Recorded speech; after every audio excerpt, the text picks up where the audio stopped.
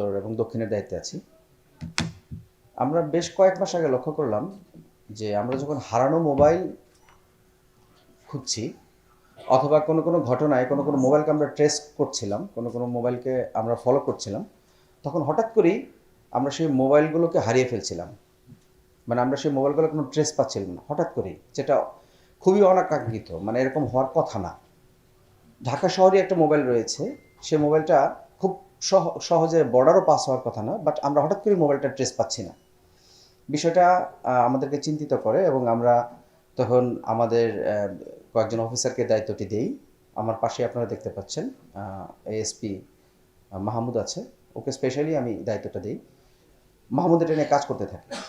কাজ করতে করতে করতে করতে আমরা একসময় সফল হই এবং আমরা দেখতে পাই যে একটি চক্র না, অনেকগুলো চক্র চুরি যাওয়া মোবাইল অথবা বিভিন্ন ধরনের অপরাধে জড়িয়ে থাকা মোবাইল, বিভিন্ন ক্রাইম করা হয়েছে যেসব মোবাইল দিয়ে, সেই সব মোবাইলগুলো আইএমইআই চেঞ্জ করে ফেলতেছে।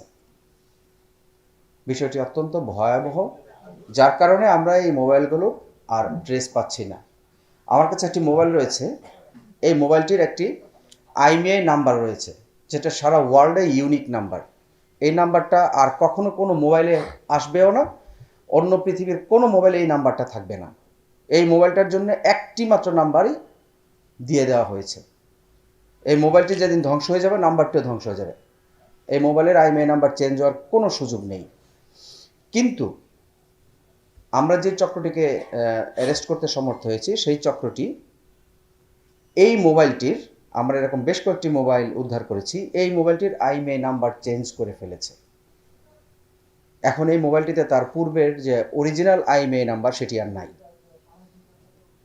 আর বর্তমানে এই মোবাইলে যে আইএমইআই নাম্বারটি রয়েছে সেটি যদি আমরা আবার সার্চ দেই, খুঁজতে যাই, তখন দেখাচ্ছে যে এই নামে কোনো মোবাইল পৃথিবীতে নাই। তার মানে হলো এই মোবাইলটি দিয়ে যদি কোনো অপরাধ করা হয় বা এই মোবাইলটি যদি চুরি করা হয়, তাহলে এই মোবাইলটির আইএমইআই চেঞ্জ করার মানে হলো এর অরিজিন চেঞ্জ করে ফেলা হয়েছে। এটা আর কখনোই উদ্ধার করা সম্ভব না, এটা দিয়ে আর কখনোই কোনো কিছু প্রমাণ করা সম্ভব না, এবং এটা কখনোই তার পুরাতন আসল মালিককে ফিরিয়ে দেওয়া সম্ভব না। এই কাজটি এখানে করা হচ্ছে।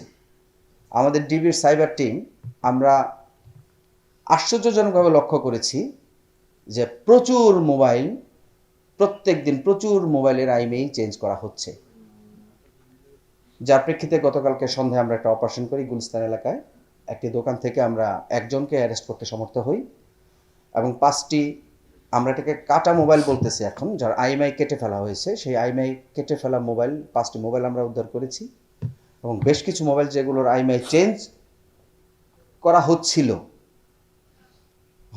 হওয়ার জন্য জমা হয়েছিল, সেই মোবাইলগুলো আমরা উদ্ধার করেছি। আমরা আইনি ব্যবস্থা নিচ্ছি।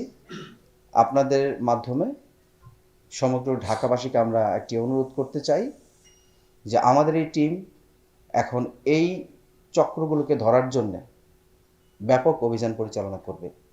সকল দোকান মালিক, জনসাধারণকে আমরা সহায়তা করার জন্য আমাদেরকে অনুরোধ করব এবং আমাদের অপারেশন চলাকালীন সময়ে আপনারা আমাদের কাছে জানতে চাইবেন আমরা কেন অপারেশন করতেছি।